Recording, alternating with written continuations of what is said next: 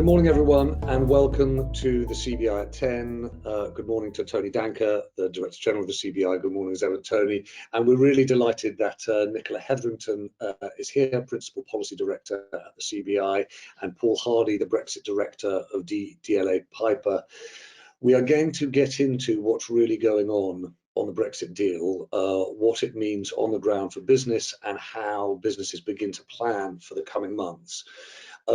As ever, the real aim of these calls is not just to share what the CBI is hearing in conversations with business and government, but also directly from businesses to understand what those businesses are dealing with, so that people like Tony and Nicola can feed that back in their conversation. So please do weigh in on in the chat. There's a question function, and if you've got something that you want to say but you don't want to put your name to, just write anon at the top and we'll feed it through anonymously.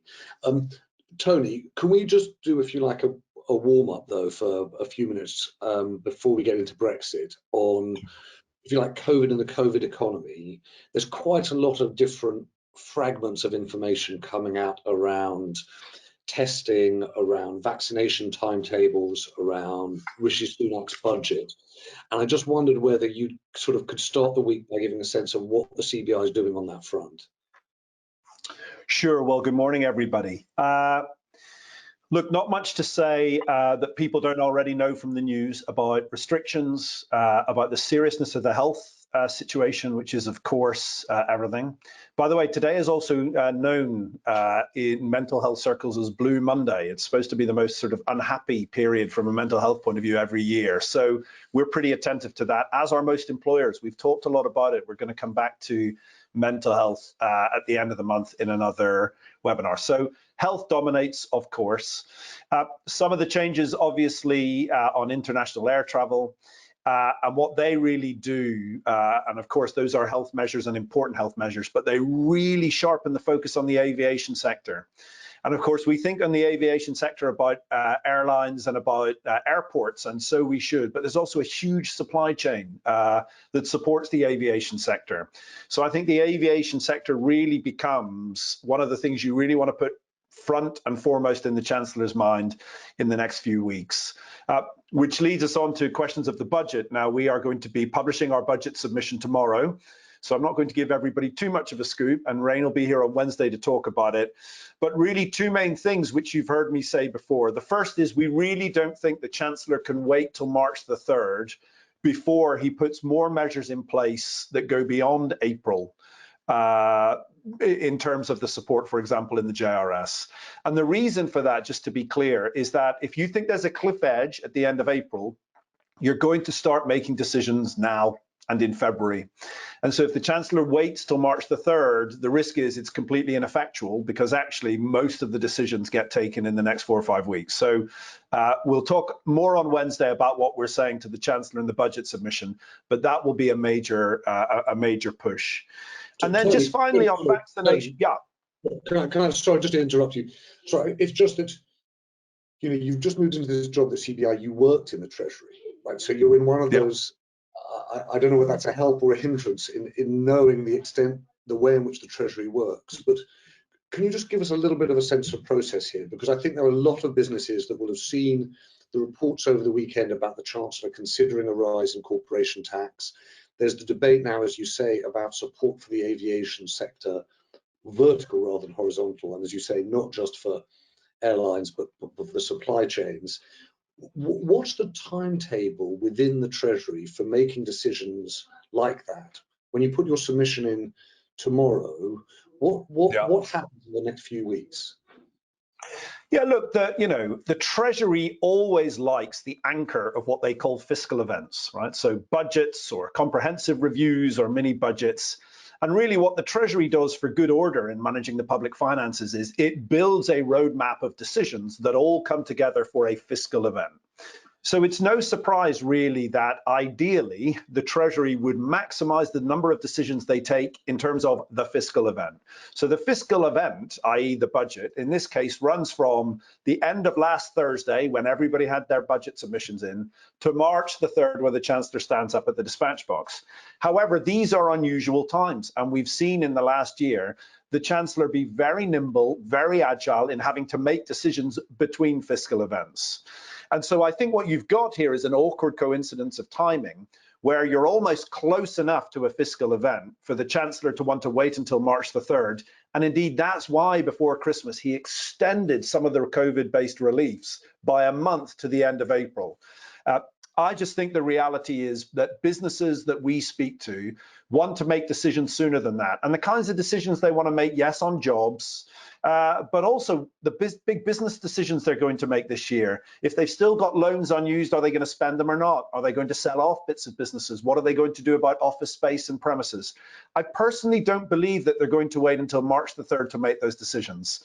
So what I think we're hoping the Chancellor will do is put the set of next COVID-based decisions, which are based on what's happened in the last sort of 3 or 4 weeks, regard those as non-fiscal event, things that, as he did last year, he's going to have to do in the course of business. So that's, I think, hopefully, the Treasury need to think about it either in the course of the budget, which would be their obviously #1 choice. But I think in this case, those COVID-based decisions on JRS and business rates relief and VAT deferral, I think they're going to need to take sooner. Otherwise, March the 3rd will be too late to be effective. Okay, that's really helpful. Thank you. And then just look, the other thing to talk about, of course, is, as you say, is vaccination and testing. Workplace testing is the prize that we're all looking for. And I think that if you're a company that's interested in increasing the amount of workplace testing you're doing, use of lateral flow tests to achieve test and release, which is really the prize for most employers, you should be in touch with BEIS. BEIS are running webinars. They're trying to give advice to companies, and you should find that on their website. If you're having any trouble, let us know. Of course, strategic industries or essential industries, they're prioritizing first. But we hope that over the course of the next few weeks, there'll be a strategy from the government about the growth in workplace testing being available to all. And Dido Harding's going to come on I think in the next week or two, to this format, to the CBI at 10 webinar, and she'll talk a bit about that. And then look, on vaccination, we're talking to Karen, our president, is talking to Nadim Zahawi this week. I'm talking to Matt Hancock on Thursday.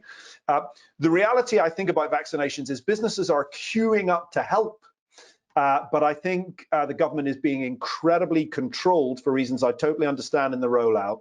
So we'll be talking to both Nadim and to Matt this week about how can businesses do more. Above all, the thing I would say about vaccination is, #1, you should be promoting information about the vaccine. We've talked before about not compelling employees to do the vaccine, but you should be promoting information about the vaccine. #2, please be flexible about letting people go and have a vaccine. I don't think this is things that people should be taking annual leave for. I think people should be given the flexibility to go and get vaccines. And one of the things we'll be talking to Nadim and Matt about will be what's the second phase of vaccination, and can we do that in a strategic way to help reopen the economy as soon as possible? And Tony, would you like to? You hear quite a few business people talking about vaccine certificates, partly for reasons of travel, partly for, employment in their workplaces. Do you have a view on this? Yeah, look, we've started to hear a bit of it, and I think we're going to start looking at it now. To be honest, if it can be done in an incredibly easy way, rather than it becoming, a mass bureaucracy that's hugely consuming and actually creates high transaction costs for firms, then I think it's worth looking at. But that's the thing to watch for. So yeah, we're going to take a look at that in the next few weeks. All right. Well, listen, there's so much we could talk about on this subject, but I appreciate lots of people are coming on this call to try and get a feel for what's happening on Brexit. So do you want to? Shall we start? I think we've gone now, haven't we, Tony, from the sort of initial relief that there is a deal to now get into terms with the small print. What are you hearing from businesses? Well, Nicola will speak in a moment about the active consultations we've done with businesses. And as you know, we have this weekly meeting with Michael Gove and his task force. Kwasi, the new business secretary, started to join that. Ministers from across government are starting to join that. And you're hearing a lot, of course, about border friction. You're hearing a lot in particular about Northern Ireland. rules of origin being complicated. And we are talking about that on the weekly calls, and Nicola and Paul, our guests, will talk about that too. Again, our three biggest priorities on Brexit remain: number one, getting guidance, and government have come through with guidance really quickly, but even the guidance, particularly on something like rules of origin, is incredibly complicated and not yet clear enough for business. The second thing is keeping borders open and trade flowing, and as the team here will come on to, that's the tricky bit right now, and we haven't yet even begun to see steady state volumes for reasons I'm sure Paul will explain. And then the third thing will be to finish the deal, right? There's a lot of outstanding stuff in the deal, from financial services equivalence to qualifications recognition to what we're going to do on data adequacy. So that meeting that we have with Michael Gove and team is focused on those three areas. I'm also delighted to say that they've agreed to set up a separate one on Northern Ireland, given how big a deal it's playing in the current border concerns, which the team will come on to. Well, Tony, thank you. I want to come back as we get towards the end to the kind of the vision for the UK post Brexit, but it feels like right now let's talk a little bit about the nuts and bolts of what's happening. And Nicola, will you just talk us through? Let's start with Northern Ireland, if we might. I'm always embarrassed at how little I understand of what exactly the problems are. So will you take me slowly through it? Absolutely. I mean, I think there's like about 5 top issues that I would say coming from members, and Northern Ireland is definitely one. I mean, it's been a steady kind of problem that's been sort of building up until the end of the transition period, and I think we're 2.5 weeks into the deal now. We're certainly starting to see kind of like some of the kind of critical issues. Of course, it's governed by the Northern Ireland Protocol, which was set up in the withdrawal agreement, so the first half of negotiations of the UK's exit, and a lot of the details, however, were not actually properly ironed out until the end of last year. And many of those complexities about moving goods, particularly kind of agri-food goods, are really, really challenging. And we're even seeing some reports of some businesses even giving up doing it. So I think one of the things about it as well is that with GB-EU kind of crossings, the traffic has been quite low, as with, I think you can see as well with the GB kind of, they are now kind of GB. Sorry, my words are getting mixed up. The crossings between Northern Ireland and Great Britain are kind of have been quite relatively low compared to normal periods. However, but I think we are seeing it increase.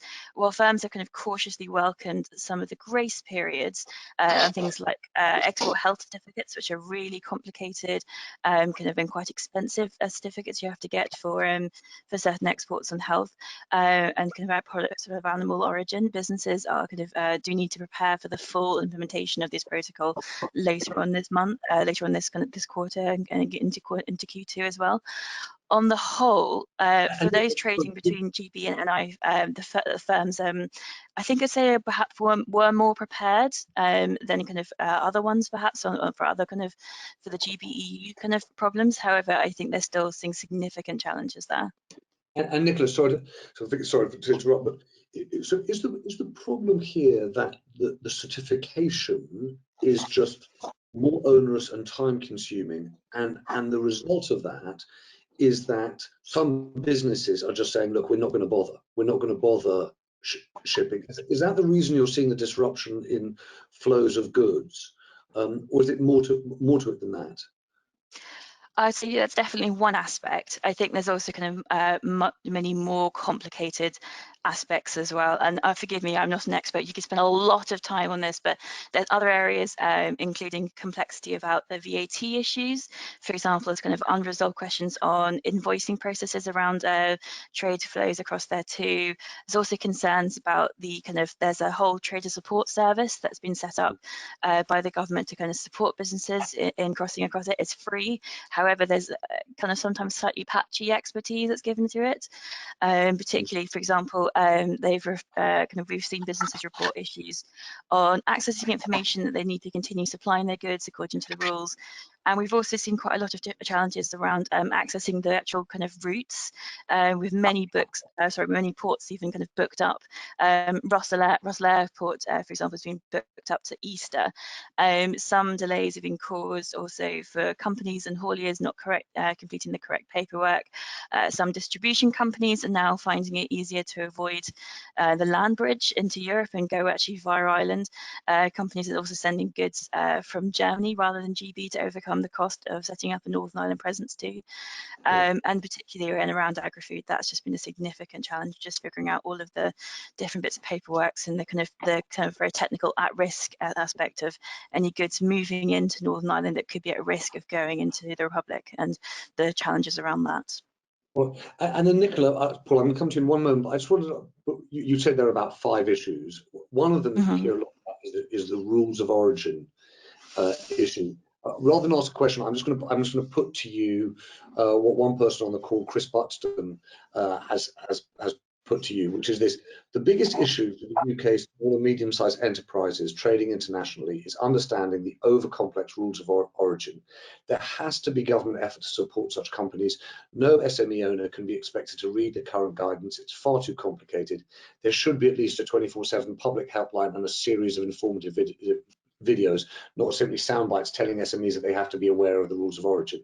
So given we've got a little time here, Nicola, how, if you are a small and medium-sized enterprise, you should deal with these rules of origin? I think so. Rules of origin is probably my primary headache right now, as well as many businesses. It's certainly perhaps the biggest question that I get through from businesses. I'd say it's complex in 2 areas. Firstly, businesses have never had to deal with rules of origin before, the vast majority of them, particularly SMEs, because they've only ever had to, or the majority of them have only had to kind of trade with the EU. So therefore, there's no paperwork before that they've had to do on this, and so the expertise in-house just doesn't already exist.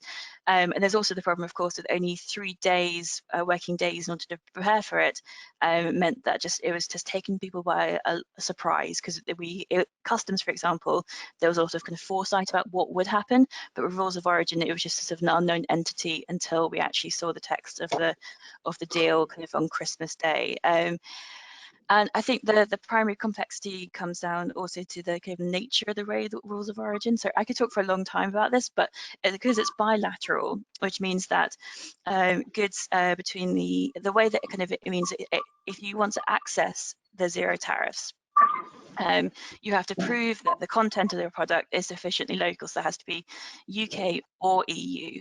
And so therefore, an example of this was perhaps if you kind of have a good that's fairly simple, if you're importing a tomato, for example, and bring it into the UK, that would therefore qualify for zero tariffs.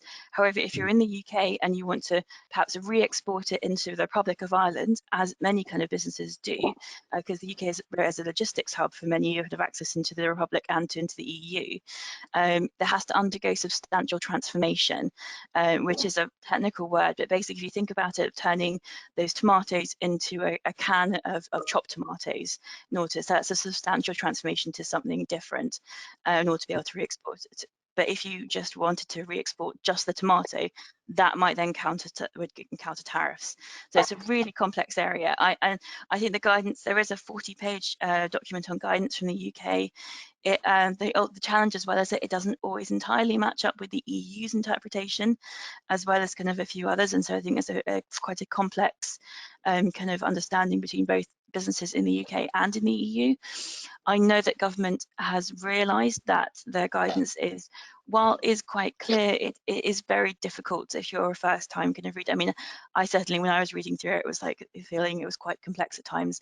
And they are working on producing new guidance for kind of first time encounterers and businesses who just never had to deal with it before, but of course that's not here yet, and so it's still just it's a really significant challenge.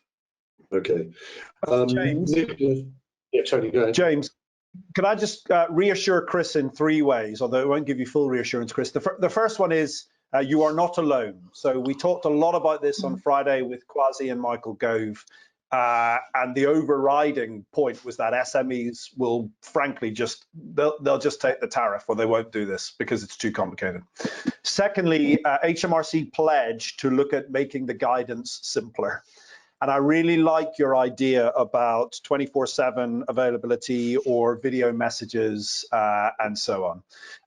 So the third thing is we are working on it. It is the overriding question right now, which is SMEs and ROO, and it's being unintelligible to understand what to do and whether or not it's worth it. So we can't resolve it, but it was pretty much the dominant conversation on Friday. So hopefully, and I'll pass in those two suggestions to the team later today. Okay, Tony, thank you. Paul, can I bring you in? I'm going to, as Nicola's been speaking, and Tony too, there are quite a few really interesting points on the detail of these disruptions. But I was going to start, if I might, just by asking, from where you sit at DLA Piper, and particularly as regards not the firm but the clients, what's at the top of their list of worries at the moment? Well, look, consistent with what has been said already, it's rules of origin. That is consistently the most complicated. Sorry, the most complicated issue. That's the end of break and the return to homeschooling for my son. Apologies for that noise. I thought it was my son, actually. We have the same alarm system here. Yeah, it's rules of origin, and as Nicola said, it's a submarine issue. Everyone thinks great. No tariffs, you've got a deal. No tariffs, no quotas. The downside of that is you have to state origin, and you've got to be able to prove the originating status of your goods, and that is complicated. And it's interesting. It was an issue that was overlooked quite a lot in business planning. Everyone was thinking about zero tariffs as being the ultimate goal, not actually how you prove that your good can get that preferential access. So rules of origin, I'd say, is top. Second is customs agents are peppering clients with questions about their import and export declarations and supply chains. We're getting a lot of very sophisticated multinationals who've done a lot of preparation, who are getting tripped up by questions from customs agents all over the EU and then the UK, asking who's the importer of record and do they have the right EORI number. And the second issue that I'd say is a submarine issue is that now to import into the UK, if you want to be the importer of record, you have to be established in the UK. And that means you've got to have a registered office or a permanent business establishment. And many businesses didn't realize that now. They want to be listed as the importer of record on their import because they want control of the supply chain, but they're having to pay more to their customs agents to say, can you act as our importer of record? And the customs agents are sometimes saying, no, we haven't got capacity to do that. So there are huge constraints in actually the role that freight forwarders and customs agents are playing. I mean, they are critical now to managing the implications of Brexit. And thirdly, again, consistent with what Nicola has said, Northern Ireland is a simple case of lack of preparation. There is no way you can implement something as complicated as putting a trade barrier down the Irish Sea and asking businesses to trade within a customs union within the UK, but as if there was a full tariff, a full customs border there, which is the reality, without actually having detailed rules of implementation. And we never got those. We never got those from the EU and the UK because there wasn't time. And so you see massive, that's where I see the worst consequences of supply chain continuity is getting goods, particularly food goods, into Northern Ireland. And Paul, can I just ask you, I'm actually just channeling some of the points that have been made by people on the call. One person has asked this question, Michael Patey's asked a question about the return of goods vis-a-vis rules of origin, i.e. if you get something from the UK, from the EU, then you want to return it back to the vendor in the EU, and there's a rule of origin issue. Are you responsible for any duty on that? Just question one. Question Question 2, Paul, if I might, is something that I've never heard of called groupage, i.e. when you put the products into the lorry and they're in a mix, how you deal with those and how you deal with the delay and disruption that the hauliers are talking about. And then there's a third point, if I might, which is someone just raised the point that some of the suppliers from the EU are saying, in the light of this Brexit deal, we're going to have to delay our deliveries to you. One person gave an example of an EU firm delaying delivery by 1 to 2 months, increasing the price by 1.5%. And what they were saying was, I can't actually see any reason in the deal. Is it someone just managing risk or trying to use this as an excuse to raise price? And I wonder what you can do on that. So can I put all of those three to you: returns, groupage, and opportunistic delay and price rises? Yes, absolutely. So look, the question on returning an EU origin good and back into the EU, let's call this the Percy pig example, because this is the famous example that was raised by Marks and Spencer's. Percy pig sweets are made in Germany. They are then imported now because Brexit is taking place. They're now formally imported into the UK. They are made in Germany. They are EU originating products. There is no tariff on them. Then Marks and Spencer's keeps them in a distribution hub in the UK and then re-exports them so that they're re-imported into Ireland. And the question has arisen, is that second movement of the goods something that's subject to tariffs? And actually, it's not. It's not. But what you have to do is you have to prove that the goods have been unaltered in the UK. And I think the only way you can get the tariff back is you have to pay the tariff and then ask for the tariff to be reimbursed. So this is an issue that just wasn't thought about. So this is an expensive thing to do. You're having to pay the tariff and to get it reimbursed. So in the long term, the person forgive me, who do you ask for the reimbursement from? So it'll be the importing customs authority, which will be Ireland, using the Percy pig example. So you move the good from the UK to Ireland, it attracts a tariff, then you apply it retrospectively to the customs agents in Ireland and say, sorry, to the customs authority and say, this is a good that was simply held in distribution in the UK. It was unaltered. It's still an EU origin good. Could we apply, please, for reimbursement of that tariff? And there is a mechanism under the EU's customs code to do that, but it hasn't been thought through in the trade deal, and it ought to be. You oughtn't to have to go and actually pay the tariff and have it reimbursed. There ought to be a simplification where you don't pay the tariff in the first place. So it's a live issue and something that I think certainly what Tony said at the beginning, this deal is a platform for further ambitions. One of the first things I'd recommend is they sort this issue out about re-importing EU goods back into the EU. It should be a simpler system.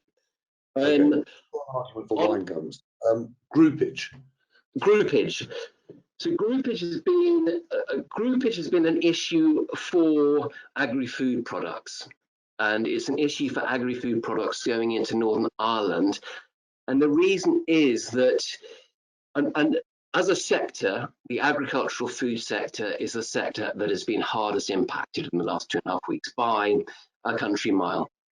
Compared to all other areas of product regulation, agri-food is by far the most complicated because at its heart, you're stopping health risk for people. It's very, very important to get your regulatory procedures right.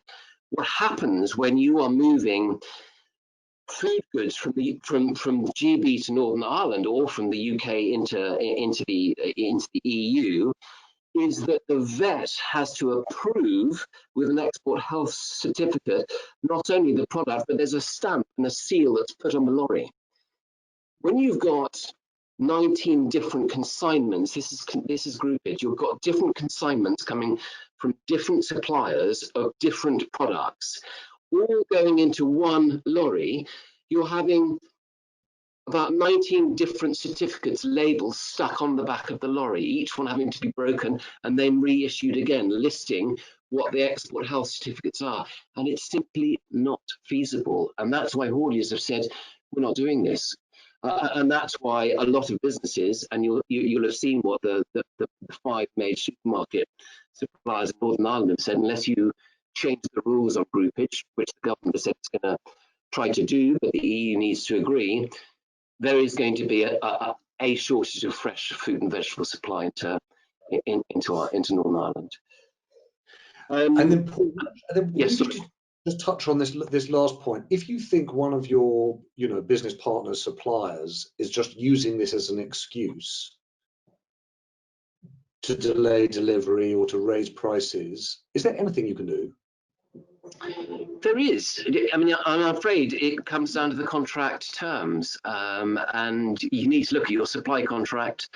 You need to look at what the price the price change mechanisms are. So each contract will have a set of rules under which the prices of a supply or a service can be increased or decreased. And if the supplier is adding to the costs, usually what we would do is we would say, A, does the contract allow the supplier to do that? And B, are those transparent costs?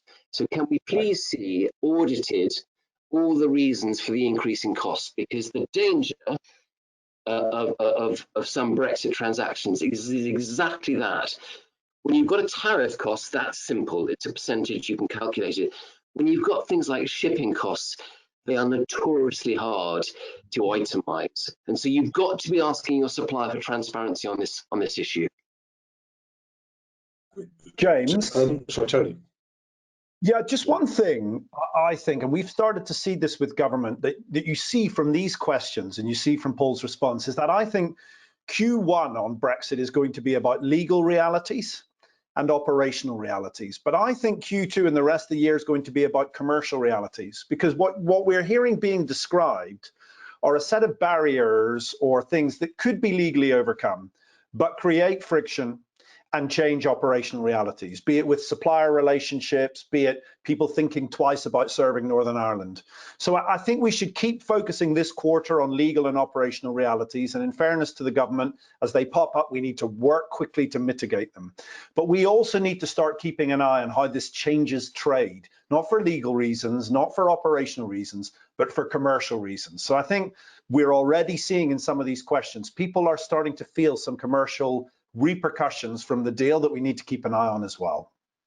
Actually, I was going to ask Nicola and Paul, and actually Tony, you too. I'm struck by what Paul says about a lack of preparation. That we hadn't really thought through what the on-the-ground implications were going to be. For trade flows with Northern Ireland. Nicola, I wondered whether or not, looking at your inbox, as you look into Q2, what you think are the issues that don't feel urgent in the first couple of weeks of January.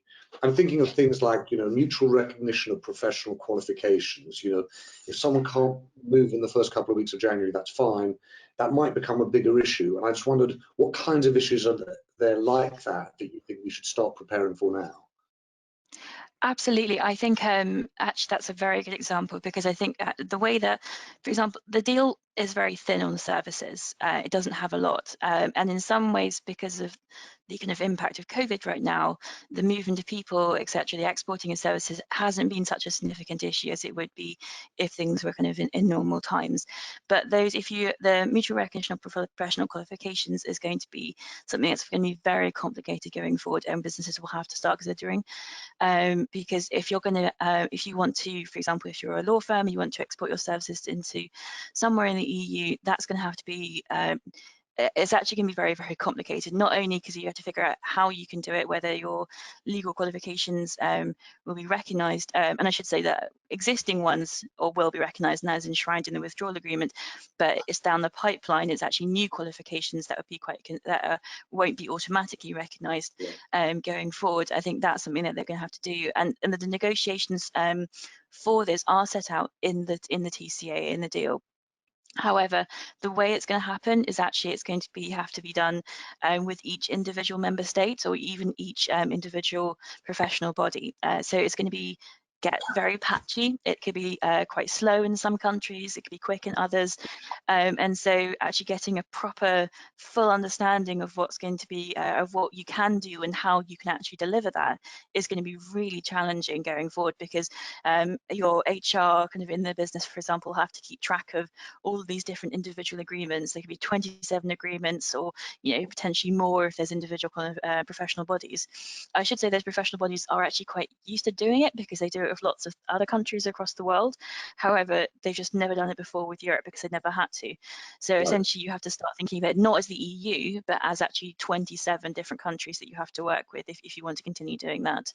Another one as well is data, for example, because the way the data adequacy agreement, it's on track, we believe, but because of course they wasn't done in time for the end of the transition period, they have this 4-month extension to while the adequacy agreement is being made, with potential an extra 2 months on top of that as well.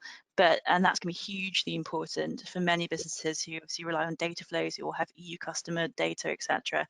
And that's going to be hugely important down the line. Nicola, thank you.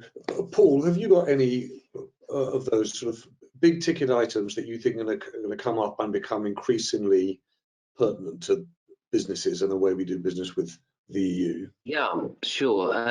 Going back to that, quickly to the last question on contract terms and where and how prices can be justified. This whole question of Incoterms in a commercial contract for the delivery of goods suddenly becomes of primary importance, and businesses who've only traded with the EU have never had to deal with what an Incoterm is. And an Incoterm is a simplification which explains who is responsible for carrying out which part of the supply chain and who pays for the cost of that.